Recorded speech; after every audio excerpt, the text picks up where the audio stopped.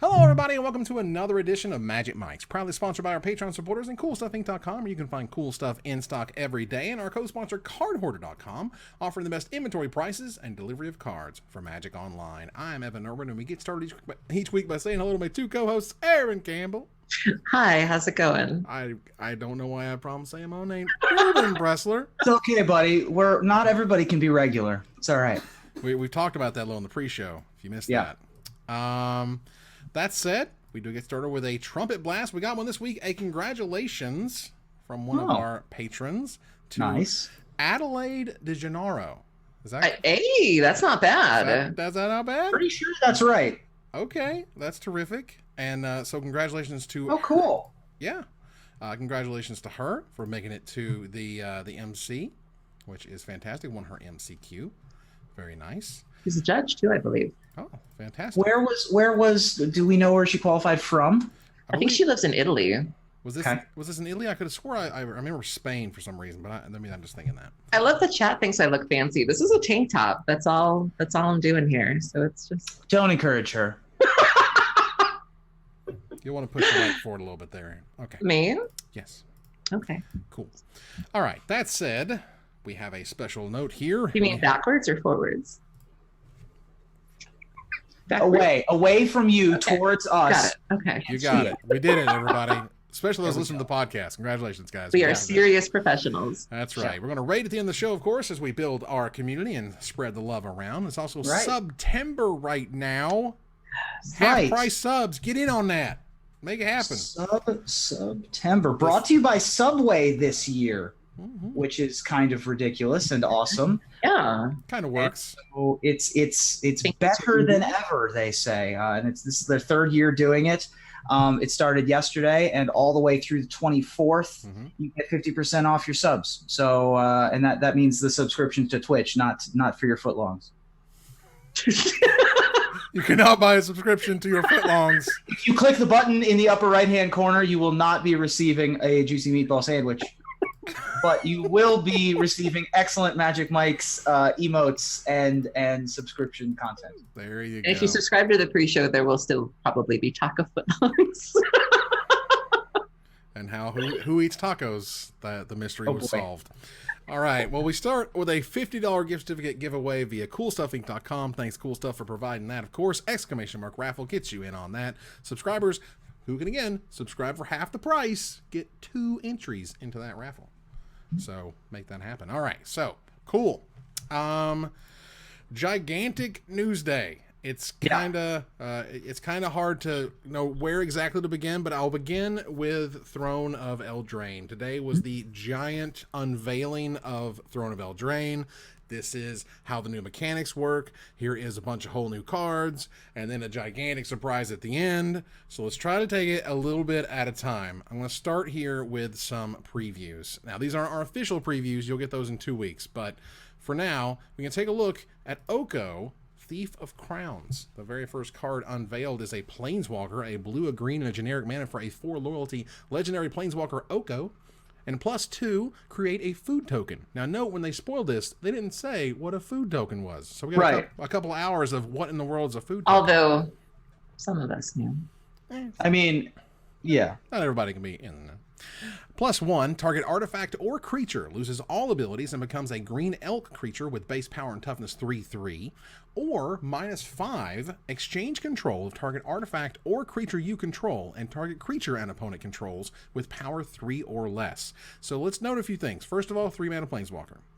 Second of all, it goes to 6 loyalty, which means third, it can ultimate, quote unquote, on turn 3, which is ridiculous. And you're like, well, how does it do it on turn 3? Well, that's because they're getting rid of Land Worlds, right? Well, no, we have the Goose of Paradise over here. The Gilded Goose is a 1 green rare 0/2 bird that has flying, and when it enters the battlefield, it makes a food token, which is an artifact with 2 generic mana, tap, sack, gain 3 life. And you can tap, sacrifice a food to make a mana of any color, or pay a green and a generic mana tap, to make a food token. So these two, in my opinion, work very well together, and I am looking forward to our new Goose of Paradise. Yeah, I think that these are some interesting cards. I like that we have a fixed ? Bird of Paradise, because they're never going to give us Bird of Paradise ever again. And so for them to give us a card that will allow us to ramp from 1 to 3 is pretty nice. Oko, by the way, super unique card, super interesting effect. They always have to be careful when they make planeswalkers with ultimates that only cost 3 mana. So this one is not a game-breaking effect by any means. Right. But super interesting. The food tokens themselves aren't exactly card advantage, but I think that this will certainly see play. Yeah, the idea that it can make an artifact essentially. Next turn, it can turn that artifact into a 3/3 to protect himself if he wants to, or can use that artifact to ultimate the next turn, which I think is super interesting. And we'll see if that goes anywhere. But and one other thing I want to note here real quickly about food tokens. While they are in many ways bad clues, I would also note that they're really important design elements. One of the things that Wizards has done over the years is basically given you a bunch of life gain, like a lot of life gain. Stuff has life link, stuff gains you life, sort of as a bonus all the time. And you know why that is? Because just having 20 life is not really enough in Magic anymore. Think about how much life you gain on the average game, and oftentimes it's, particularly in limited, because obviously that's where they have the most control. You're normally having an extra 4, extra 8, extra 7 here and there. That stuff adds up. So those food tokens giving you life makes your life total 23, 26, 29, and that lets them make more powerful creatures while not just like blowing out the game and having stupidly short games because there's a giant monster on the table. It's like, well, they had to deal with basically 30 to you that game instead of just 20. That's a really interesting design aspect. I thought was neat. Okay, so we have our Goose of Paradise, we have our Oko, we have the Adventures. Oh goodness, these are sweet. Take a look at Lovestruck Beast. Now first, there's 2 parts to every adventure card. One is the creature and one is the adventure. Here's how they work. The left side of the card has an actual, basically every part of a spell is there. We have the name of the spell, which here is Heart's Desire for 1 green. We have the type of spell, which is a sorcery with a subtype of adventure, which is a new subtype. You may play this spell by paying its cost and exiling the card. All right, so you pay a green, you get a 1/1, you exile Lovestruck Beast. Now, because you sent that on an adventure, quote unquote, you may now play that from exile for its cost in the top right. So for a green and 2 generic mana, you have a 5/5 that can't attack unless you control a 1/1 creature. Now, if it is exiled by Path to Exile, you can't replay it. It has to be gone to via the adventure in order to be able to play from exile. Interesting. And you can always just play it for its regular cost in the top right, as a creature, just as a 3 mana 5/5 that needs a 1/1. You can still do that. But you could also instead run the adventure and then play the card. So there's a whole host of these that are really interesting. I thought they did a really good job. I think the frames look really good. I'm not just saying that because one of my ex-employees designed it, but he did a really great job. He's fantastic. He's also going to be in the pre-release we'll talk about here in a little bit. Let me brush that off your shoulder there, buddy. Just saying. All I'm saying is Lovestruck Beast, obviously the Beauty and the Beast trope here from the fairy tale. You make the 1/1, the beast can't attack unless the beauty is there, which is really cool and thematic. I love it. I can only imagine what the token is going to be for this one, which is going to be really sweet.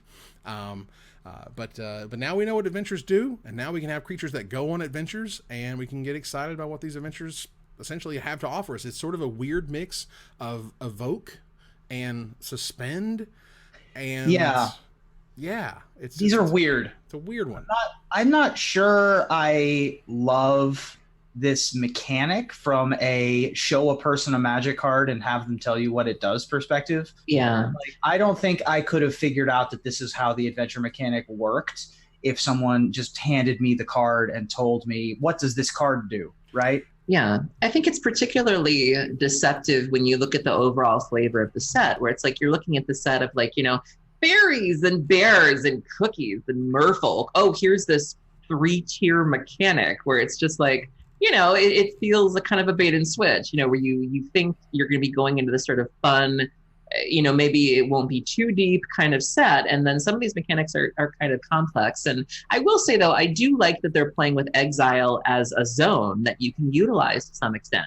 Obviously I love the graveyard. And so, but I think there is some space there to do things with exile. We've seen the odd, Miss Hollow Griffin or something, but I think that's really neat. And I wonder if this I wonder if this works and it does well, if maybe they'll give us more things and exile won't be such a bad thing anymore. Right. I mean, ultimately the idea that essentially, now note, in any other zone, it's just a creature. Like, you know, you can't go Mystical Tutor for something with an adventure on it. It's just a creature. That's its converted mana cost is the creature cost. That adventure thing is only relevant if it's in your hand and you want to cast it at whatever speed it says you can cast it at.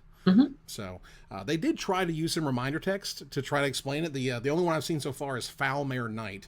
It's a tough place to try to fit reminder text. Right. This is the reminder text for adventures. They have the effect here, and it says afterwards, it says, then exile this card. You may cast the creature later from exile. And I'm like, I guess that's the most succinct way to explain that. Yeah. I mean, I'm fine with it if that's how they're explaining it, but it's just like, it's such a small text box. Like, the fact that some of these have flavor text blows my mind. Yeah. Flavor text on Smitten Swordmaster, and it's just, and on Embereth Shieldbreaker, and it's just like, you literally have less than a square inch of space. That Shieldbreaker, though, is incredible. Like, it is. I spent a good portion of my day looking at that and trying to figure out what it was, because and that's also the very fancy schmancy showcase version, and not the version in normal booster packs. You can only get those from collector packs. Now, there has been a lot of people are saying that you're low. Oh, okay. Turn up some gain. How's that working for you? I mean, it sounds the same to me, but I am quiet. They're saying better. It's much better. Oh, is that better? Okay, good. Well, I'm glad that fixed it. All right, so, but do note the collector packs haven't gotten a lot of spotlight, as it were, right now. And I know there's a whole bunch of these still available at different stores. The Buy a Box promo, they've given the stores a bunch of collector packs. Not every Buy a Box is going to come with a collector pack, but a majority of them should. So talk to your FLGS. The collector pack, I'm telling you right now, and I'll keep saying it, whenever Wizards does something for the first time, they value spew, they overshoot, they want to make sure it's successful, and there's only one print run of these things, and they're probably going to be stupidly expensive one day. So that's just a thing. All right. Anyway, let's move on here to the Garak, the return of Garak. Yes. Garak. I feel like I called this one. I had a feeling he was going to end up being the Huntsman, if you will, and I'm so glad that was the case. Yeah, and this is the extended art version I'm showing on the screen right now. Garak, Cursed Huntsman. If Rowan is going to be Little Red Riding Hood, we have to have our Huntsman, don't we? Yeah. For a black, a green, and 4 generic mana, think Elspeth Sun's Champion on this one. For 6 mana, it's a 5 loyalty Planeswalker that has 0: create 2 2/2 black and green wolf creature tokens with, quote, when this creature dies, put a loyalty counter on each Garak you control. -3, destroy target creature and draw a card. Or -6, you get an emblem with creatures you control, get +3/+3, and have trample. That's good stuff. That's good stuff. With a Planeswalker that makes 2 creatures and loses no loyalty, that's a big deal. The idea that he immediately can 2 for 1 because he kills your stuff and you draw a card. So that's fantastic for on turn 6. And then the interesting interaction with the wolves and putting more counters on Garak, and also the fact you have proliferate and standard, so you can try to also proliferate his counters up. I think that's really exciting, and Garak is just like poised to be awesome. Yeah. Really interesting card, interesting design. I like that it comes down and makes 2 bodies immediately, and then it's really good if you're 50-50 on board, or even behind on board. Yeah. If you're just a little bit behind on board and then you drop this and make 2 wolves, you're ahead at that point. They can't attack with 2 creatures. They have to have 3 creatures ahead of you already in order to do anything. So pretty amazing. Wow. Yeah, there you go. So lots of card advantage there, which is great. And Garak's back, which is also great. Excited to see him. Today there was a live stream earlier today, and for half an hour, literally half an hour, we watched them make gingerbread cookies. Now, to be fair, when they said we're going live, they announced a time, but then they were live for the half hour before that, making cookies. So and there had been a build up to this. People had been receiving gingerbread cookies in the mail, and I think all the arms were broken off. Some people had. I think that was by accident. I think that was just in transit. Also, mine must have gotten lost in the mail. I didn't receive a Throne of Eldraine. You're diabetic. They didn't want to. That's fair. Maybe they were just thinking about, they had my best interest at heart. You know what? I'm going to believe in them that they just chose to not send one to me. But if you need our address, Wizards, Yeah, they know how to contact us. Totally. They do. All right. So that said, after half an hour of watching cookies being made, we got shown the Throne of Eldraine trailer. Erin, how'd you feel about that trailer? It is so good. I did not know what to expect going into this. Like, you had the cover song, you had the gingerbread couple, you had Garruk crashing into the room, you had the sacrifice because the cookies are baked together, so they couldn't really leave each other. You have the trope of somebody hanging from the cliff, and the one cookie breaking away from the other, her falling into the soup or the water, whatever it was. And then I love the twist of her being the one that survives. Normally you see the heiress moment where it's the girl that gets sacrificed, and oh no, the boy got eaten and she's mad as hell. And I thought this was funny, and I think that this is the only way that they really could have done this set. I think this set is a palate cleanser. We're coming off of a really, really dark set of going back to, Ravnica and War of the Spark and losing Gideon and losing Dak. And so we really needed like a light, fun set to do that for us. Like Kaladesh was our palate cleanser when we were coming off of, a couple sets of Eldrazi, Mm-hmm. And so I think it's a palate cleanser. And I think it's another way to, Magic isn't normally seen as like a whimsical game. All of our trailers and all of our games are very serious. When you think of Magic, you think of these dramatic, like the War of the Spark trailer, Linkin Park, Liliana. You watch a game of Magic, you feel like you're watching a chess game. You don't think of Shrek, you don't think of cartoons, you don't think of silliness. And so I think this was a great direction to take the game in. I have a lot of friends that don't even play Magic that saw the trailer and were tweeting about it and were interested in it. And so I think whoever decided to go in this direction, that was a really smart move. And all you can do is just go, absurd.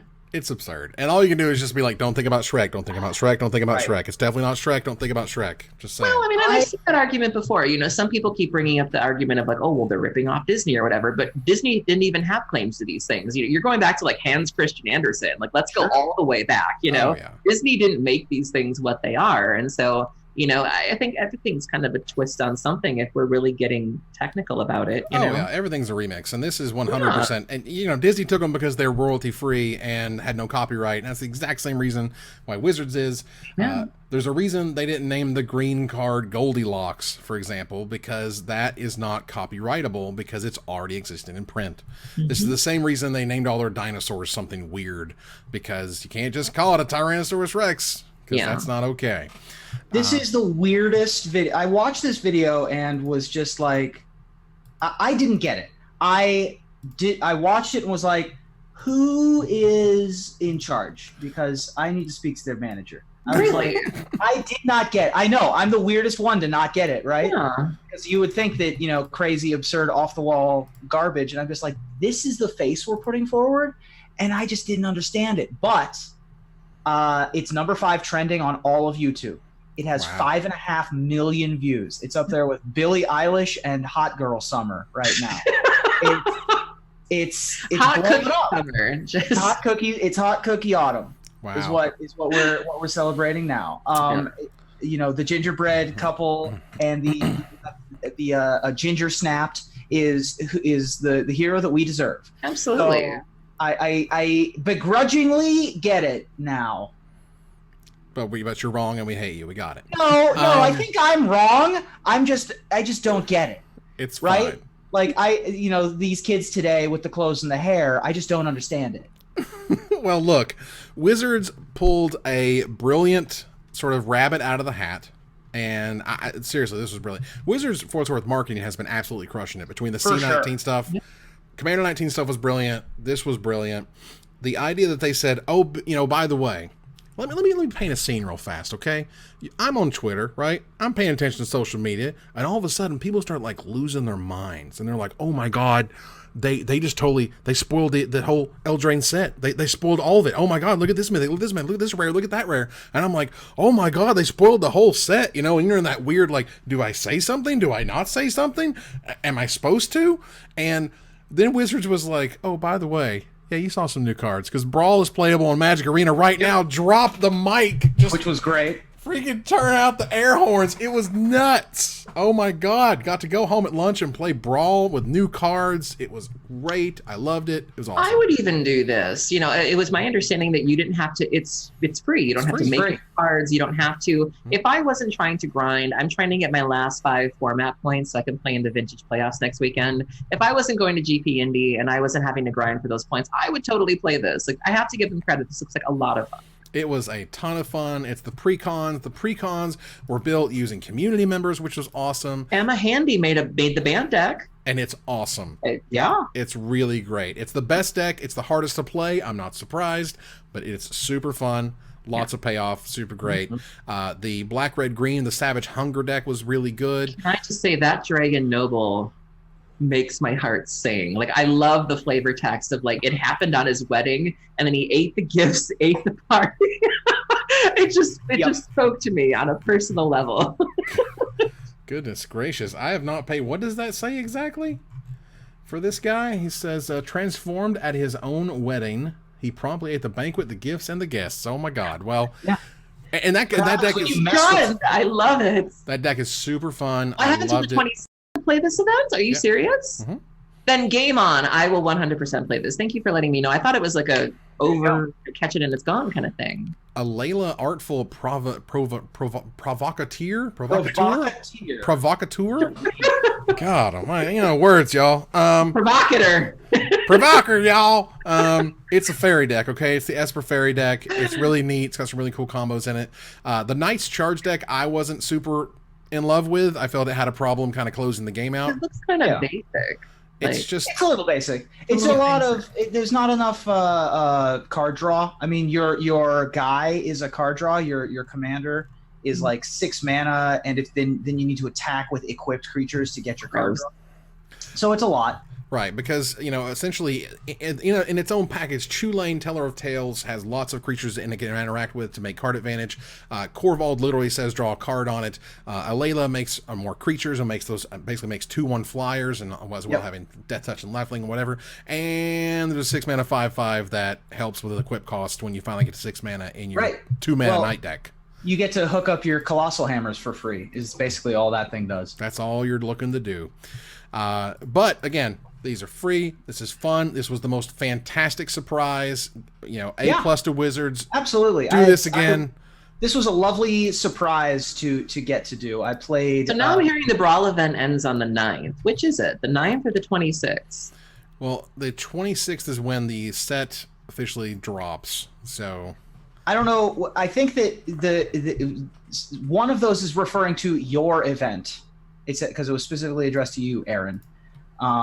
So your event, you may have until the 26th to collect your vintage points. No, I don't. It's the 14th. Okay, well then I don't know what's being referenced. But this is why we don't listen to Twitch chat. This is why. Whatever. In any case, it's really cool that you get to do it today. And a lot of the folks that are streaming, possibly one of the people that we host at the end of the show, might be doing the Brawl event. Mm-hmm.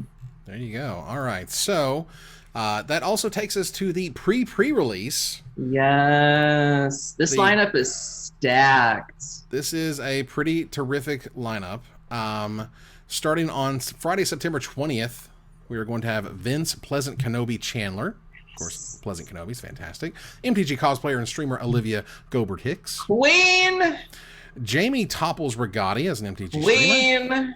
And graphic designer for Magic the Gathering and former employee of mine, Daniel Holt. A worm. I'm doing it. I do that. The boy had talent. He's also a very nice man. And he's very nice. I got to meet him in Vegas, and we got a selfie together, and it was great. He's sweet. I am most looking forward to the impending deadlift off Olivia and Adam, and just seeing how that pans out. Some people greet each other with handshakes. Some people greet each other with hugs. Olivia greets you by deadlifting you. That's what she's becoming known for, and I think it's glorious.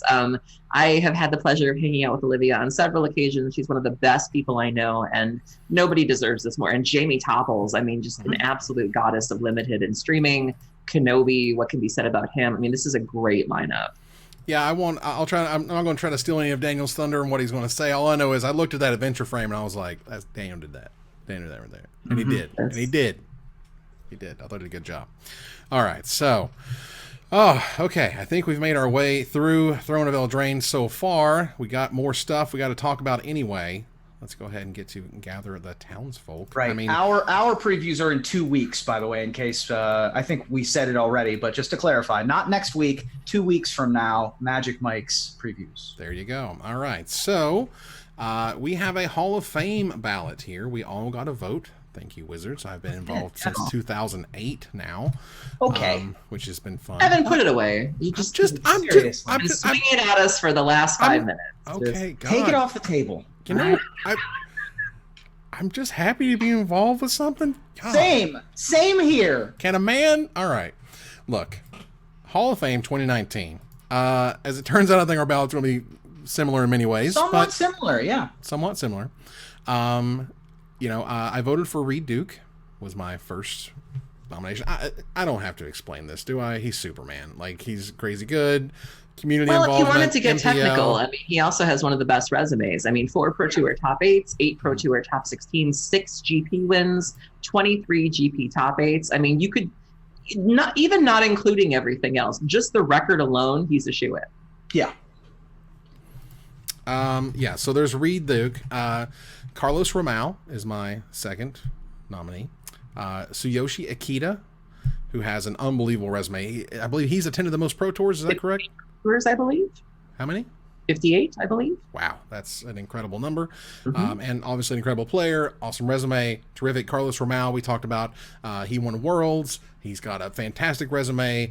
So Romão was my last vote, actually. So my first 4 were pretty much shoo-ins based on their record. My first 4 were in that 4 Pro Tour top 8 category, which I was really looking for and I really cared about. And then that left Heberholtz as being the only 4 Pro Tour person left. And I felt like his resume wasn't extensive enough to be considered for my list. So that brought me down to the three Pro Tour top 8 field, and there were a lot of competitors there. What really sold me on Carlos Romão is that Carlos Romão has been to 55 Pro Tours behind Ikeda and Saito. That's impressive no matter who you are. But when you take into account that Carlos lives in Brazil, and we've been very open about the difficulties that Brazilian Magic players and even South American Magic players face in terms of card availability, product being an issue, the fact that Brazil is huge and they only get maybe 2 events a year. The few events that South America gets at all. I believe the average income in Brazil is also much less than America. And so for Carlos to be playing Magic for 20 years and to be overcoming all of these obstacles and still being able to make 55 Pro Tours flawlessly, in addition to a solid record, 1 Pro Tour win, 3 Pro Tour top 8s, 5 GP wins, 11 GP top 8s. He also has a Mox win, and he's the only person in the history of the game to have a Mox win and a World Championship. First South American. So on top of everything, first South American person. So first South American to win a Pro Tour by winning 2002 Worlds. I mean, he's definitely not like, this isn't just a diversity vote. This isn't just a struggle vote. The man has an amazing resume on his own. And on top of that, he's overcome some ridiculous hurdles to get where he is. He's still in the game. He's in the MPL. He's made an enormous contribution to Brazilian Magic PV. I think list him as a friend and an influence. And so once I learned more about Carlos, he just rose to the pack for me in terms of that 3 Pro Tour top 8 pack. And I knew I had to have him on my list. Cool. So for me right now, we have Reid Duke, Carlos Romão, Tsuyoshi Ikeda. I think that those 3 all of us have, right? Is that correct? Yes. Yeah. Okay, so we all 3 have that. So last 2 picks vary a little bit. My 4th choice is Jerry Thompson. I feel that while, yes, he doesn't have the exact credentials that you want them to have, this is not the Hall of Stats. This is the Hall of Fame. I think for someone to have a redemption arc the way he has, he sort of improved himself. I think the ability for him to put his actual factual money, his salary where his mouth is, which is incredible, and the community support as a result of that.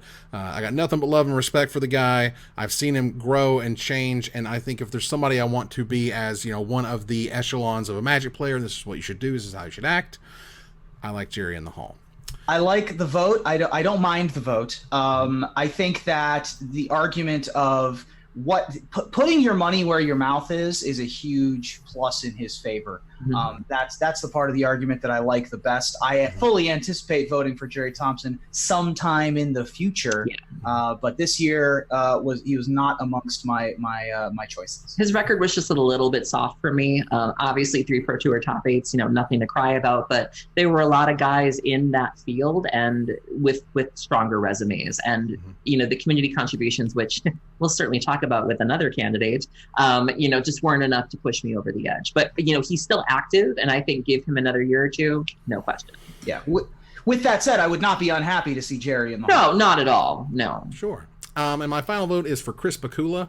I think that his stand back in the day mattered. I think the fact that we can now say it's the Magic Hall of Fame and not the Pro Tour Hall of Fame like they kept shoving down our throats for years gives us the ability to say, hey, this guy stood up when it wasn't cool and it wasn't, the hip thing to do, and called out some cheaters, called out how this needs to change, and I still stand by that many years later.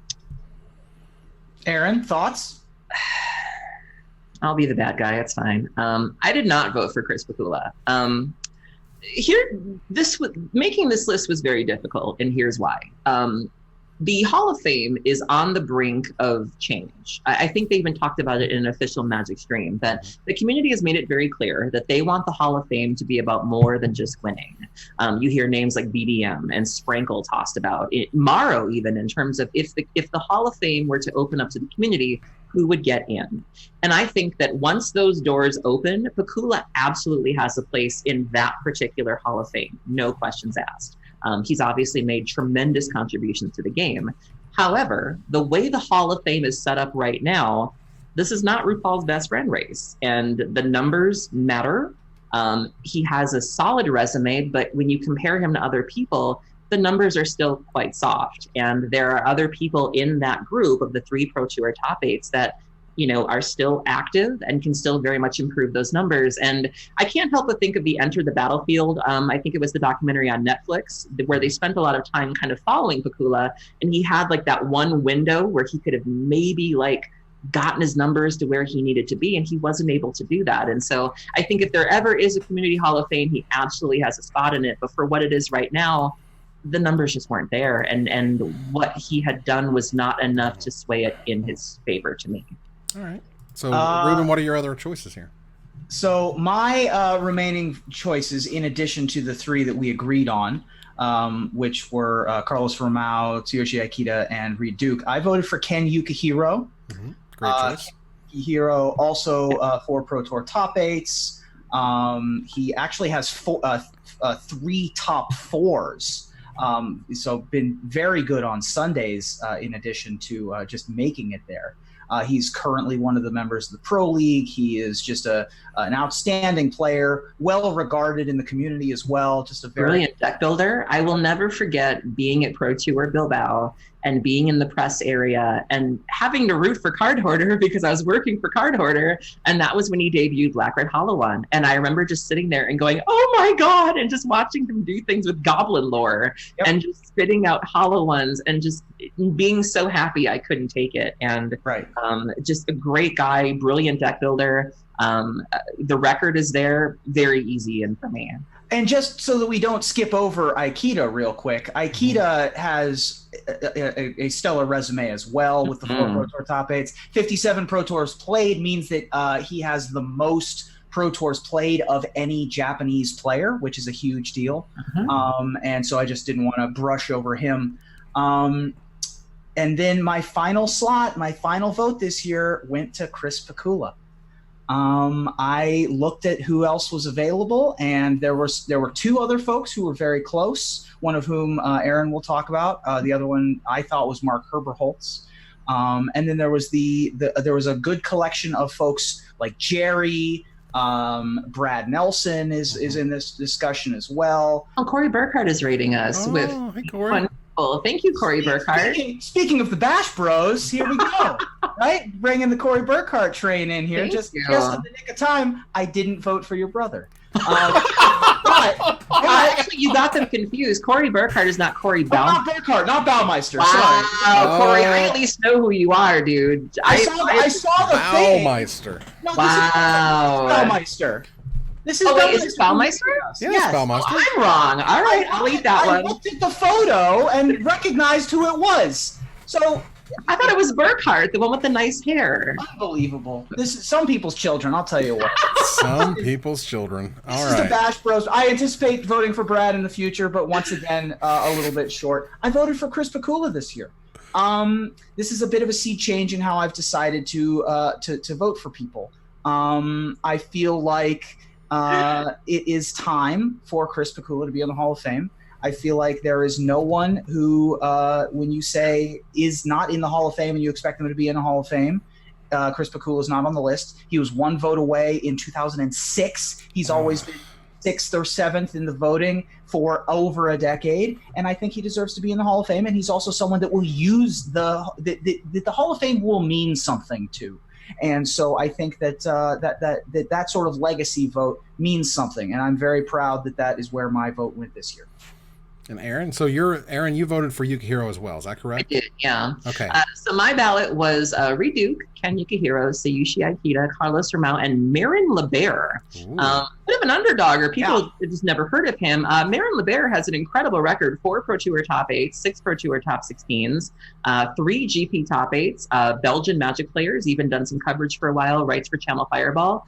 Just an incredible resume, kind of that quiet but deadly competitor that you may not know a lot about. And that's been a really popular topic this Hall of Fame season. We haven't seen the personal attacks that we've seen in previous seasons before, but there's been a lot of discussion about sort of favoritism and bias, particularly when it comes to regions and nationalities and races. I remember Saffron Olive famously today, posted his ballot and it was all Americans, and people were like, so do you just not own a map? Like, do you live in a cave? Like, what are you doing? And so, there's been a lot of discussion about people that might have stellar records, but you don't know who they are, or you've never heard of them, so you are not likely to consider them. And, I spent a lot of time looking at Adrian Sullivan's spreadsheet, which was brilliant. Thank you for making that. And when you looked at like the top tier, Marine was up there, where it was like he had an incredible record and no one was talking about him. And so, Marine, Reid, Ken, and Tsuyoshi were kind of my shoo-ins, and then Carlos was the one that I really needed to think about. But just an impressive record. I don't think Marine really requires any sort of defense. Just look at the numbers; they're great. I agree. Marine was 6th on my voting list. No baggage, good resume. You're in, sure. Oh, great guy. I mean, had an unbelievable run. Went at the top of his game, was just unstoppable. Well loved and respected. Between 2007 and 2010, I found, where did I find that fact here? He did something wild. 4 years running, 2007, 8, 9, 10, had a Pro Tour top 8. Yep. I mean, that is stellar. Wow. That's incredible. Thank you. All right. So those are our ballots. Again, thanks, Wizards, for that vote. We appreciate it. We're going to move on to some fantastic news. Another thing they busted during that entire video thing. Not only are we able to play Brawl now, not only do we know how Throne of Eldraine stuff works, we know what's coming in 2020. Theros Beyond Death is the first large set of next year. It's going to be awesome. Where are we going? We're going to the Underworld. That's where we're going. And next, we're going to Ikoria, Lair of Behemoths. Oh my God. That's nice. Can we go back to Dead Things? Nope. Can't do it. Gotta go back. We gotta talk about the full story, and then we can talk about the one thing Erin cares about. Sure. Now, I'm just going to call it right now. Ikoria, Lair of Behemoths is Battlecruiser Magic. This is when we got to play 8 mana, 8/8s or whatever at Common. Gross. I think it's going to be awesome. I think this is where Wizards finally, or Marrow finally gets his wish of smashing 2 cards together, because you're supposed to be able to build monsters and build your own monster, which should be cool. Quarter 3 is the core set no one asked for, which was, they said it's about Teferi. And they're like, don't you love Teferi? And we're like, yeah, we did. We're like, was there a video with Teferi in it? Or no, it was just that was just Carl Weathers being awesome. What? Yeah. Did that really happen? Yeah. Yeah. The September 26th, as I recall now, this is the release date for Arena. It officially comes out of beta on the 26th. Yes. Anyway, so somebody had tweeted about Carl Weathers. I thought it was a joke. I was like, what?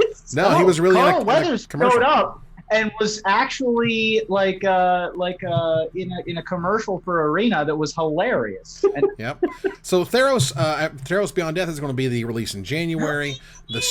The spring is going to be Ikoria, Lair of Behemoths. The quarter 3 is going to be Core 2021. Now, I do want to note here, I appreciate the creativity that the set symbol is Teferi's puzzle box. Yeah. And not just an M21. I think that's cool. I appreciate that. Yeah. So big fan of the puzzle box. I would say we're about saturated with Teferi currently, but you know, whatever. By next August, I think maybe we'll be okay. And Q4, having been as of next year when it comes out, it will be 5 years since Battle for Zendikar was released, and it'll be 10 years since we actually had a Zendikar set. That's right. Wow. I know, right? You're not wrong. Zendikar Rising is our Q4 release. It is our next fall release. I am super stoked. They are very clear that this is the Indiana Jones set that we wanted, not the Rise of Eldrazi sequel. It's the Zendikar sequel. Well, you say that. I'll believe it when I see it. Well, I mean, I think Eldrazified before. Yeah. I mean, we've heard it from Mark Rosewater himself multiple times, going like, not to screw this up. Landfall should be coming back in a good way. We need to Traps. go through. I want subtype trap with like I think that they really underused that subtype. Yeah, and the quests. And quests are another subtype that they really cards that I don't have to pay for in Dredge. Right, there we go. That too. I think that you can make some zero costed traps that aren't Ravenous Trap for Erin. That maybe she can run and not make her body parts ache. Look, I'm just going to say it. I guess this is an unpopular opinion, but please don't put the fetch lands in it. Please. Oh, right. So please. Here's what I think they're going to do. They are not going to put fetch lands in booster packs. I don't think. They're not going to put them in your regular average everyday booster pack. What I think they will do is put them in one of those ancillary secondary products. Or the like a Brawl Decks. Well, no, or they'll put them in the collector booster. Or in the collector boosters. You know, they'll make them available. They just won't be in your average, everyday, run-of-the-mill, draft-em-ups boosters. Because, first of all, when you open a fetch land in a booster draft that you're trying to win, it's, like, kind of the worst. You're like, oh, this is, I mean, it's $30 or whatever when it's in standard. Right. Now it's like, this is going to be $80 in 5 years or whatever. I don't know. I'm gonna and rats. But, you know, people are all about instant gratification, and if you're taking, you know, that, you're not taking a piece of removal. I'm going to lean into the villain archetype tonight. I think they will give it to us. I think that the stakes are really high with Zendikar Rising. They need that set to not suck. They need that set to sell. And I think there's no better way to get a Zendikar set to sell than put fetches in. I like this one. Everyone in the chat is right. Erin, pie bet. Oh, this is a year out. This is big. But you were nice enough to take a pie for me for Hogak. So yeah, we'll pie bet this. All right. So the bet is fetch lands. So let's clarify. Standard legal fetch lands.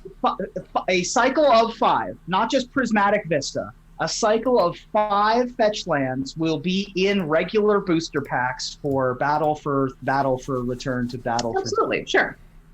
Cool. Got it. Set it in stone. Chat, don't let us ever forget it. It's going to be great. Book it. Hey, another Zendikar set, like, for what it's worth, Battle for Zendikar was huge, okay? Like, it was gigantic. It sold great, and then everyone played with the set, and they're like, wait a minute. What the hell? And then Oath of the Gatewatch came out, and they're like, oh my god, this limited format is... like, one of the things, for example, like, literally green was unplayable. And I don't mean, like, it was bad. I mean, like, it was unplayable. You couldn't win a game with that color in that format. It was atrocious. And... and just all the mechanics were gross. I hated it, and I didn't like it, and sales started to decline thereafter. And I will say the standard was pretty sweet. Like, I played Esper Dragons, and I had a really good time with that, but that wasn't really, I mean, certainly it helped, but I think Cons is really what made that standard great. Oh, yeah. Yes, well, the fetch lands, along with the battle lands at the time, right, it just led to, like, those 4-color messes of decks that just ran the best. Blue, Jeskai Black. The deck names that sounded like drag names. Yeah. Right. Yeah. It was weird. Black. Yeah. Yeah, something that is in favor of fetch lands being standard legal, though, is that the shock lands will have rotated by that point, right? Like, that'll be right when they rotate. That will be when they rotate, if they do. So, you know, I can see that being the reason they're okay with it, is because there's no longer lands that with both types. And they desperately need reprinting. I mean, they're creeping up again. So. Right, they're starting to get stupid, and putting them in a standard set gets the most copies out there. You know, I guess technically you could argue if they put in an ancillary Core 19 or Commander 19 put it in the or Brawl whatever. decks. Put him in the Brawl decks. Brawl decks. Woo! Oh my goodness. That said, I'm excited, and I hope they do it right, and I hope they do well. Okay, so Chris Van Meter, congratulations, Chris Van Meter. He won the Premier Pauper League. Pauper. The Pauper Premier League. CVM, our fellow rivals of the Ixalan pre-release competitor, and also just all around wonderful human. Yep. Who is he does Card Kingdom things like designing their cubes and their precons and things like that, and now is a Pauper League champ. Absolutely. He I finished not last, #not last. Hey, nice. 15th out of 16 is still not last. That's what I finished in the Twitch Rivals. I finished 19th out of 20. So see? #not I mean, last. I went 0-9 in the last VSL, so I'm in good company. It's fine. there we go. Wow. That's why we do this, and we don't actually stream Magic the Gathering. Exactly. We stay in our lane. Right. We chitter chat about the people who play it really We well. talk about Magic, so you don't have to. Like CVM, we talk about how he did. Very nice. All right, so Wait, while we're on Pauper, okay, Pauper. what are we doing about Arkham's Astrolabe, friends? That was the fun fact. That was the #1 selling single at CoolStuffInc.com over the last 2 weeks. Okay. The How card often has a common been the #1 selling card? ebbs and flows, you know what I mean? But I would say that ultimately that card is just not fair in that format. And Wizards, I don't know why, it's Peregrine Drake all over again of just like, guys, could you just ban the damn thing already? Play in Legacy. I've even seen some people trying it in Vintage now that the restrictions are out now, and Vintage is kind of an open field. I mean, the card's good enough to see Eternal play. It's gonna get a yikes. It's gonna get a yikes from me, dog. It's just a giant efficiency machine of card drawing, and Pauper gives you the tools and the time to let you really abuse it and do as much as you can with it. Somebody on Twitter had even mentioned, I think it might have even been Pikula, where he was like, is there any reason to just not run basics anymore? Like, Right.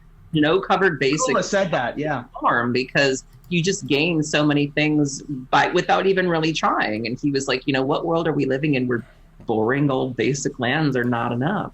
Yeah, especially in a format called Pauper. You can't just run regular basics. Well, one of the things that Wizards, I know from talking to them over the years, that they hold as like one of the biggest truths in Magic, okay, is that they can never ever make a land that's better than a basic land. They won't. Except they did. Except they kind of did. Now, it's a snow-covered land, which is about as basic as you're going to get, but it still isn't basic land. We don't have a snow-covered waste yet. That's the only saving grace. Zendikar Rising. There we go. Perfect. Once we get a snow-covered waste, it's game over, friends. No waste. That means Eldrazi. Get away from me. Weird, squiggly alien I boys. want to know what Emrakul's up to. She's just chilling in the moon there. Yeah, just hiding in the moon. Stay there. Moon tribe. Be moon person. It's fine. All right. So that said, there was an update here to Cardboard Live. Cardboard Live is a plugin that has started to see a ton of usage, has started to go around and sponsor streams and stuff, and it's the ability for you to look at deck lists while people are playing Magic Arena, not Magic Online. Sorry, Erin. No, I think it's Magic. I think there's a Magic Online version. I just don't think it does the things Arena does. I think you have a different app. Okay, and that just could be my ignorance. I have no idea. I think Cardboard Live does it all. Yeah, I think you just can't do the mouse over thing in Moto, but it still has the tab where you can click on and see what someone's playing. There you go. All right. So this has been a plugin that has just gained steam. It officially was hosted on the Magic Twitch channel for one of their big events, and it's only gotten more and more functionality. Now apparently it works with Draft on Magic Arena, which is really sweet. They finally got that in there, and doing also little things like showing percentages to draw stuff and things like that, which is really cool. So congrats to those teams right there. There is a Japan championship, a Japanese championship that has some really, really terrific promo items, including the only thing I have seen that has the War of the Spark alternate artwork Liliana on it. Liliana Dreadhorde. General, thank you. The card doesn't see any play, so I forget what it's called. Sorry. Oh, wow. And it's super zoomed in weird. Yeah. But that's the thing. It's super, super zoomed in. And I'm just not really sure why, because as I understand it, that that artwork itself is just like, this big. It's about as big as a postcard, maybe a little bigger. So when you took that artwork and you blew it up to 24 inches, and then you blew it up again to only show part of it on that 24-inch playmat, that's kind of odd. Yeah. But it's kind of weird. I'll take it in terms of there's no playmat of that artwork, so thank you. But it's just a little odd in many ways. I'll leave the link here in the chat, and it'll be in the show notes if you want to go check it out. Yeah, I'm gonna need. I can't read Japanese, so I will need someone to disseminate the facts in here for me. But Google Translate does okay. But yeah, well, kind of is a lot gets lost in translation with Google Translate. But from the graphics of, like, for example, all of the dealers that will be there and the people that are going to have tables and booths and the numbers that I'm looking at, it looks like a pretty huge event. Yeah. Absolutely. So real quickly here, I want to jump over a few things. Judge Academy has a weekly communication plan. If you're a judge and you care about the Judge Academy, you should go check that out. CFB had a fantastic tribute to Jeff Zandi as they reserved a table and had a little book there where people could write memories and thoughts and stuff, which I thought was fantastic. This looks like now the table tent says SCG on it. Oh, it was an SCG? Looks like an SCG event. SCG con thing? That might have been misattributed, as it were. But whatever it was, the most recent event in Dallas was reserved for. That was SCG Dallas, yeah. Okay, so SCG Dallas, they had a Jeff Zandi. Jeff Zandi was also an important factor in the Hunter Burton Memorial Opens that happened. I was there this past March, and it was the first Open without him, and his presence was definitely felt. Just a larger-than-life personality in every sense of the word. There you go. All right. So, and last little bit here, the command zone, the exact area for commander players at Grand Prix events is coming to Australia and Asia, nice. Which Perfect. is awesome. Good. Fantastic there. All right. So we're going to get to Desperate Ravens here, where let's talk about the good stuff first. Okay. Let's talk about the good stuff. Now, you can have a sundae. You can have an ice cream sundae, with fudge on it and like sprinkles and like nuts and maybe, some whipped cream. But when you drop a turd on it, it don't matter how much you wanted that ice cream, there's a turd on it. Let's get to it here in just a second. First of all, this is the Magic Arena State of the Beta, August 2019. They talked about rotation. In fact, we're going to have our first standard rotation. All those cards are going to go into Historic. Give me just 1 second. There are going to be no collection resets, and there's going to be Historic play. If you have cards in your deck that aren't in Standard, you will only be paired against people who are playing the Historic format, which I think is kind of cool. You don't have to say, I'm looking for a Historic game, I'm looking for a Standard game. No, you're just looking for a game. Well, you can't, because you can't talk to your opponents, right? Well, you can't talk to your opponents, no. They also can't call you names and things, which is nice. That said, on September 9th, they're going to have a special Standard 2020 event to help you get ready for the new Standard. You cannot play any cards except Guilds of Ravnica Forward. So to get you ready for the new Standard, which I thought was kind of cool. They have no entry fee, and here's the best part, which is it's available in Best of 1, Ranked Best of 1, and every 2 consecutive wins will give you 200 XP for your Mastery Bar thing. This Mastery Bar thing, where they give you prizes and stuff and rewards, and if you pay $20, Aaron, you can get a digital cat, okay? And if you make it to level 80 on this thing, the cat grows wings. It's terrific, okay? Seriously, I had to buy the stupid cat. But that said, those who have logged in to Arena prior to September 26th will get a special renewal gift waiting for them. So, Aaron, you should log in, if nothing else, for free stuff. Yeah, there you go. Log in, see it, check it out, and then close it again like you do. Okay. Historic. Now, boy. Taking off the glasses. If you happen to follow my Twitter, you would note that I was a little upset over part of this announcement. Now, Historic is the non-rotating format for Magic Arena. And most of what they said about it previously is like, lol, JK, we're doing all this crazy stuff anyway.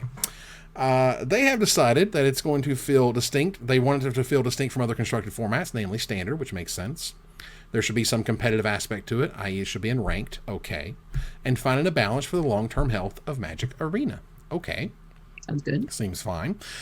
First up, they are going to add old cards / new cards to Arena. They plan on doing it regularly with 15 to 20 cards in November. Great troll one time. With a recurring goal of adding more new cards every quarter after that. I would give you 100 pies to 1. The Grave Troll is not going to be. Grape Joel is not going to anywhere be on the list. Yeah, Fine. that's a good ratio. I would let you throw me into a pie. Now, Bake you into a pie? Right, bake me into a pie and turn me into a food token. okay, so they note here that they're going to add cards to the game. They threw out some ideas on stream. Engine, brainstorm. Mm-hmm. And it's like, okay, that I'm in. Sure, Yeah. seems cool. I mean, I don't hate old good cards. Dark Confidant, for example, was also thrown out there. Dark Ritual, sure. Right. So that's a thing. They're going to hold, one way to look at expand, they're going to hold one historic event per month starting in November. Monthly events should range from historic versions of Singleton and Pauper to entirely new ways of playing. Okay, cool. Note, let's see, currently they have the event we have planned for November will have an entry fee, but players will also receive copies of the new cards when they join it. Okay, we'll talk about it more later. Then we went to historic collections. Okay, at this point, I'm just like jazzed out of my mind. I'm like, all these things are super positive, super cool. This is super great. Oh my God. Wizards, why do you do this, man? Why do you take something that is all awesome and then there's just one part of it that is just like stone ridiculous? Here's the ridiculous part. They said, they're trying to balance, all these different ways to play, and we want to look, historic is available for seasons players to explore more of Magic's rich history, and they need to look at the long-term impact of what historic's going to take, and blah blah blah. It's a difficult problem to tackle, they say, but we're changing how wild cards work for historic cards. After the update in November, crafting a historic card will require you to redeem 2 wild cards for the appropriate rarity instead of 1. So if it's a mythic, it takes 2 mythic wild cards. If it's an uncommon, same thing, common, same thing, whatever. And even if it's a card that is currently in standard, for example, Luminous Bonds in Rivals of Ixalan is also in Guilds of Ravnica. But if you want the Rivals of Ixalan version after November, after this rotation, you have to pay 2 common wild cards in order to get it. So, Wizards, this is bad. You should change it. This is bad. You should reverse it immediately. This is bad, and you should know better. This is bad, and it appears crazy greedy for no really good reason. And in my humble opinion, outside looking in, I don't know what y'all talk about inside the What's the Office's day to day regarding this, but let me tell you. From the outside looking in, everything you've said, particularly in the stream where you try to sort of explain it to players, sounds like you're saying everything, but we're going to make more money this way. You're going to make a lot more money this way. In fact, you would even argue twice as much because, surprise, the only way to buy packs of the old set is in $45 chunks and not on a per pack 1,000 gold a pop basis. So you couldn't just maybe, sort of run your luck with old Ixalan packs or whatever later. No, you got to buy in a huge chunk of them and hope you get lucky to get the cards that you want and not have to give up 2 wild cards for them. So allow me to give you a corollary. Hearthstone. I've been jumping back in a little bit to Hearthstone. Been playing some of the single solo adventure stuff, which I thought was cool.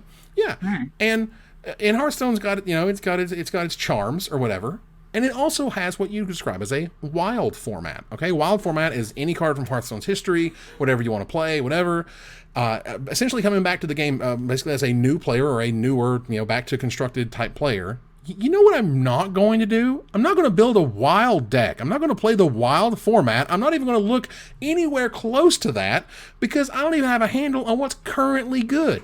This whole experienced players BS just means that you're gonna cater to the experienced player. You're not gonna make the new player confused. You're not gonna push them into some format they don't want to play. They're just not gonna get anywhere near it. That whole line of reasoning is nonsense, quite frankly. I mean, this is an opportunity to bring people like me into Arena. There are a couple of reasons why I have yet to really commit to Arena, and one of them is because I prefer older formats. I prefer Modern, I prefer Legacy, I prefer Vintage. All of the things that you said, we'll give you Brainstorm, we'll give you Dark Confidant, give me Life from the Loam. Like, these are things that would get an audience like me into your game. But I don't want to have to come to your game and find out I have to work twice as hard as everybody else. That's not going to make us want to come join. And so, I think you have an opportunity here to open up your fan base even more, and it doesn't sound like they want to do that. It is a weird thing that it just doesn't make much sense in any perspective. Like, I don't understand why you're gatekeeping this format that you're only going to run an event for once a month anyway. Like, I just don't get it. I mean, just why are you punishing the players? That's what it feels like, Wizards. Just if you don't know, if you're the guy on the other end of this, you're like, why am I being punished for wanting to play with all these old cool cards in this different format after I'm tired of playing all the other formats when things get stale? Like, Professor made a video about this. Thank you so much, Professor. If you care about this, for God's sake, go tell Wizards right now, and don't give me that line of they made a problem so they can solve it and we can, we can praise them. Okay, they made a problem. They can fix it. We can praise it. I'm okay with all of those scenarios. Did you see the tweet from John Loucks, which was girl? Which was hot. Oh. So John Loucks posted a tweet that says, twice during my time on Magic Online, when we wondered what to price the queue between two options, we announced the higher of the two, and after players complained about the bad EV, we announced a change to the lower price. Arena is using the same tactic, I imagine. I love when Wizards employees or former Wizards employees give you little tidbits. People that leave Wizards don't usually do so in like a victory lap kind of fashion. They keep it cute for a little while, but if you pay attention to people like Kelly and Alexis and John, sometimes if you're very, very patient, they let out a little bit of a gem, and then you're just like, oh, like, this was delicious. And it was, and it's true, and it needs to happen. This backlash that they are talking about, like, yes, I'm so pumped for Eldraine. Don't get me wrong, but for God's sakes, we have to be very vocal about this. If you care about it, just tell them about it. Just tweet at them, send some over Instagram, tell them on Facebook. Let your voice be heard. I'm doing the best I can with the soapbox that I have because I think this sucks for everybody. Yeah, obviously, I have some interest here in that. Yeah, I like playing Arena, and I want to play Historic and cool and whatnot. I also don't want to be punished for playing the friggin' game, and that's all this feels like. There's got to be a better solution, and it sure as hell is not 2-for-1 wildcards. Yeah, I would have thought that, if you could play Historic as much as you could play regular, then putting a tax on it, putting a little tariff on it makes sense.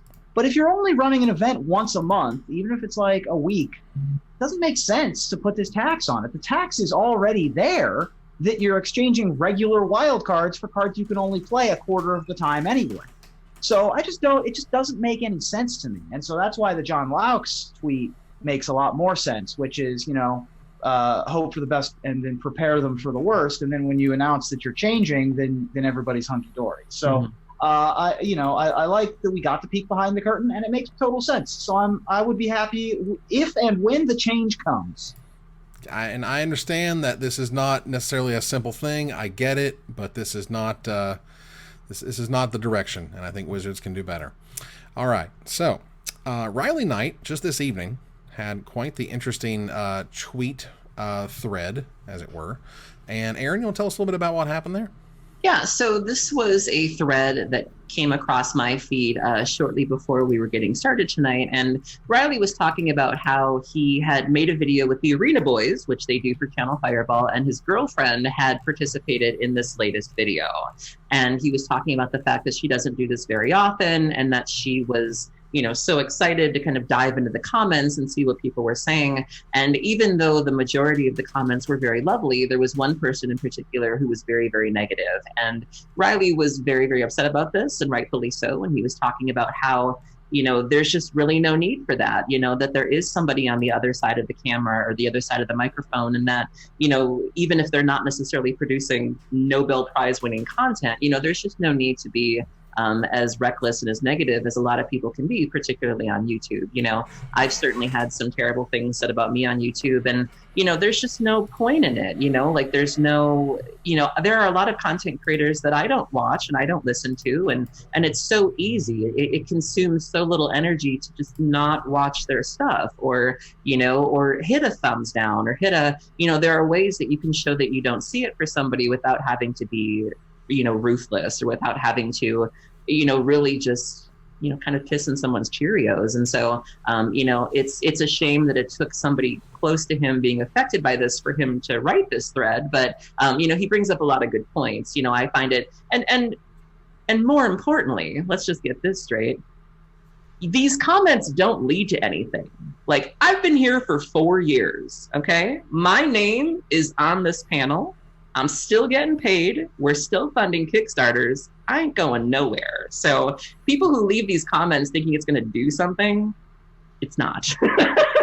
I promise you, nobody is looking. Riley's girlfriend is not looking at that video and saying, I'm never going to do a video again. She's going to do another video, and I'm going to do another video, and we're all doing videos, and that's not going to change. There you go. And you know, MPG Young Mage in the chat getting bad things said about him, like, oh my God, people are terrible. And that's a child. What? So this is something about First of all, hey YouTube, how you doing? Good to see you. Leave your comments in the chat and tell us what you think about this particular line of conversation, preferably without insulting us. You know, we all see this. We're all very public figures, the three of us. The young woman who is in this particular Arena Boys video is not a publicly online video personality. This is Riley mentioned that this is sort of one of her first forays into this sort of not exactly a different not exactly more public. I believe that she is like a fitness coach or a fitness personality on Instagram or something like that. So she is aware of comments on social media. That's not the argument we're having here. Specifically talking about YouTube and specifically talking about Magic the Gathering and gaming YouTube seems to be a place where no one leaves positive comments and only leaves negative comments. People wonder why we don't hang out in our YouTube comments. Like, right. What is There's nothing to be learned there. I'm fond of saying, you know, if I come up to you and I give you criticisms, it means that I believe that there is hope for change. Nobody has ever gone through the comments of a YouTube video and changed what they were doing. Like, oh, that was really good. It's just, there's just nothing constructive to be gained for it. You will not become a better blogger or a better player because you read the YouTube comments. There's just no value. The only reason why I go through YouTube comments anymore is to look for who wins the $50 gift certificate for our top 10s. And so, you know, that's unfortunate because I wish that, and it's not, this is an endemic problem. I'm not criticizing our culture in specific here. This is a bigger issue that we have an excuse to talk about this week because it touched on one of our own. Well, you know, Efro, Eric Froelich in the chat here said this happened to my wife and many of her friends, and they all stopped making content or as much content or stopped cosplaying. So it certainly and unfortunately works a lot. Yeah, man, it's tough. It's horrendous, and I wish I had a solution for everyone, but I don't. Fortunately for me, I am a mediocre white man who has developed a very rated on stage a lot. So I have some practice. Not everybody does, and not everybody wants to wade through it to get there. It is. Yeah, you hear that a lot with women, you know. And I've had people even come up to me sometimes, and they're like, "You're so brave," and I'm just like, "What do you mean?" Like, you know, it's not something that somebody being willing to weather the storm does not make them better than somebody who couldn't weather the storm. You know, like we're really in the same boat. And so, you know, it's not fair to ask somebody, you know, we say things of like, you know, don't let it get to you or whatever. And like, and there are some people that it does, and there's nothing wrong with that. And it doesn't make them weaker. It doesn't mean that they, you know, succumbed or that they lost the fight or anything. You know, they just took themselves out of the equation, and sometimes you can't blame them. There you go. All right. So we only have time for probably one more story here. Erin, I think you wanted to speak about the Level Up game situation. I just thought it was pretty devastating. There's a chain of stores in Minnesota known as Level Up Games, and I believe they have 4 stores in their chain, if I'm reading this right. And 2 of them are closing their doors altogether. And so they're having to reschedule a lot of their events. And we had a couple people in our Discord that kind of felt like this was maybe a sign of things to come, that, you know, game stores maybe just aren't being, you know, we're just maybe not seeing things trickle down to them the way we thought we should be. And it's just always sad when an LGS closes because, you know, we talk about how good Arena's doing, but, you know, a lot of us got our starts at your brick and mortar store. And, you know, when I think about all the good times I've had there, and it makes me sad to think that we might be entering an era where they're not a thing anymore. It is very tough out there, and it pretty much always has been very tough out there for a game store. It's just always been tough to run a brick and mortar games or comic book shop, and to see a stalwart kind of company that has 4 locations shuttering 2 of their brick and mortar locations. I mean, it's a little bit sobering. And so, I think that there's a lot of reasons why things like this happen, from the big macroeconomics kind of stuff that we've talked a little bit about on the show, to local things, to everything in between, not including and not just limited to WotC decisions. So this is there's not much you can do at this point except for share the memories of of that location, and hope that some of them survive. I mean, the prices on product don't trend downward, and it's tough out here for any game store, particularly the mom and pop, independent, super independent. We're just here running a store because it's all hang out and play some good games. Like it's hard out there for them. So if you have your LGS and you like it, you better show up, and otherwise it might not be there in the future, which is unfortunate. I buy all of my D&D books for my FLGS because those are tough to make money on. I try to buy stuff from FLGS as often as I can, and you should too, even if you can find a better deal on Amazon. Yeah, and so Punt and Scoop noted their LGS of 5 years closed this summer, which was really sad. Pope here noted their LGS was robbed, and the police and insurance didn't value the quote-unquote cardboard. Oh no! And wrote it off as another unsolved robbery. So, and that's my college LGS, the Wizards Guild in Athens, Ohio, closed earlier this year. I think we touched on it on the show. I think so. But yeah, I mean, it's hard out there, man. It is. I mean, and for what it's worth, there's often, for example, in Orlando, I see a lot of stores come, but I also see a lot of stores go.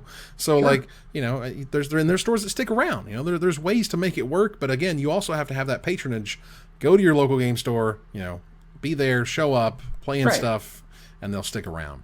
It's like buying coffee from the local mom and pop coffee shop instead of Starbucks whenever you have the chance to. Obviously, you're going to buy Starbucks when you're, going through the drive-thru or whatever. But when you have the chance, you should support your local donut shop or, the local FLGS. So I'm a big proponent of that. The savings that you're going to make on ordering it online are not astronomical. Like it's really, in pure economic terms, it's probably not even worth it to not have that location in like a pure cost benefit analysis perspective of why are you not supporting that place? Like, for example, there's a place down the street, there's a video game store, and it's just a locally ran store, and I'm not going to GameStop when they're right there. I want to support local businesses, and that's where I buy all my video game stuff from, because I have that option. So there you go. All right.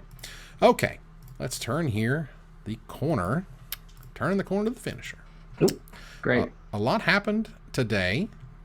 But probably the biggest news overall is that the Magic the Gathering Twitch is now a baking channel, because for 30 minutes leading to today's cavalcade of announcements, the Magic team were making gingerbread cookies in anticipation of today's Throne of Eldraine announcements.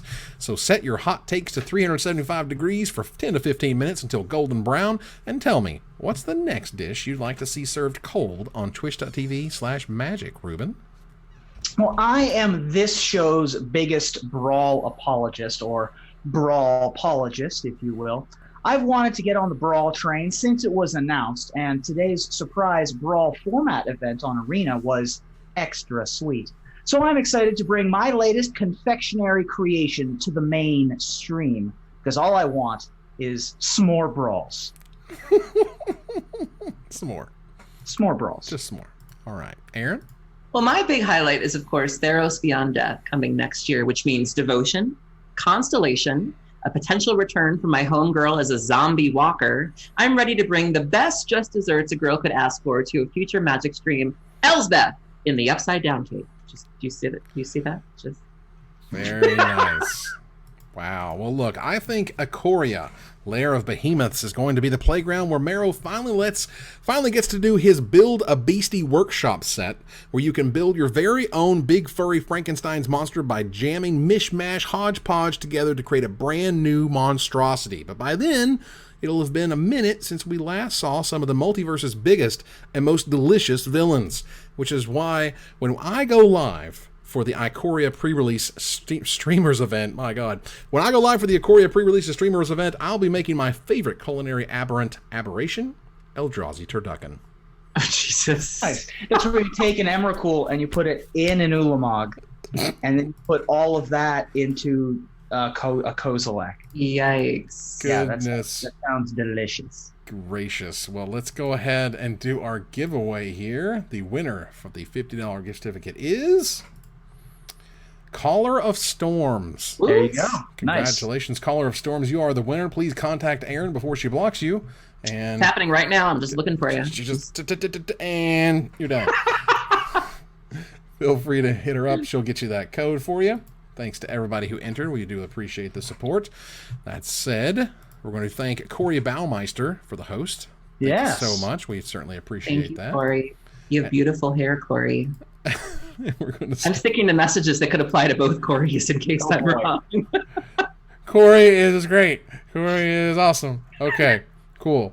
So Carfsma778 has resubbed for 2 months, back for the second month. That's super important. Thank you so much. House of Shadow resubbed for 16 months. Hello, my name is Reuben Campbell, and I'm here to make Evan read this. God, why did you do this to me? Wow. Tatakai resubbed for 4 months. Wow, and turn 1 Stoneforges, they say. Argent Griever resubbed for 11 months. Thank you so much. Thank you. Michael Lorg, not sure which that is, has resubbed for 6 months in a row. Thank you so much. 3 months to a sub, baby. Thank you. Azure Shock has subscribed. Thank you much. Tragically Mike has resubscribed for 3 months. Thank you so much. We're all tragically Mike. Wow. Elder Jeep Fiend has resubbed for 4 months. Thank you so much. Punt and Scoop has subscribed for 2 months. Hey, again, that's really important. Thank you. Yep. Snow Covered Waste. Isn't that Canada? JK. Yep. Love you, Canada. Okay. Yeah.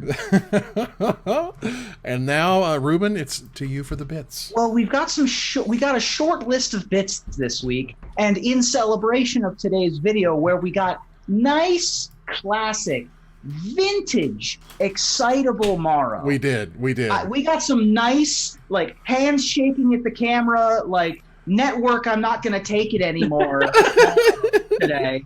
I think that we can definitely go with very excitable thanks for all of the big givers this week. I'm very excited to tell you all about Punt and Scoop, who gave us 123 bits this evening. But that's not all, because later on, we also have Smill Cows giving us 400 bits, which was very exciting as well. But the biggest thing, the most exciting thing that we have to announce today, beyond my sugar rush that I currently have from all the cookies that we made earlier in the stream, is that ThunderVoice_1 gave us 469 bits, which is extremely exciting. And I hope you all get very excited for the next 2 weeks of previews, and of course giving us lots of more bits later as well. This is why we can't let Morrow lick the spoon, because...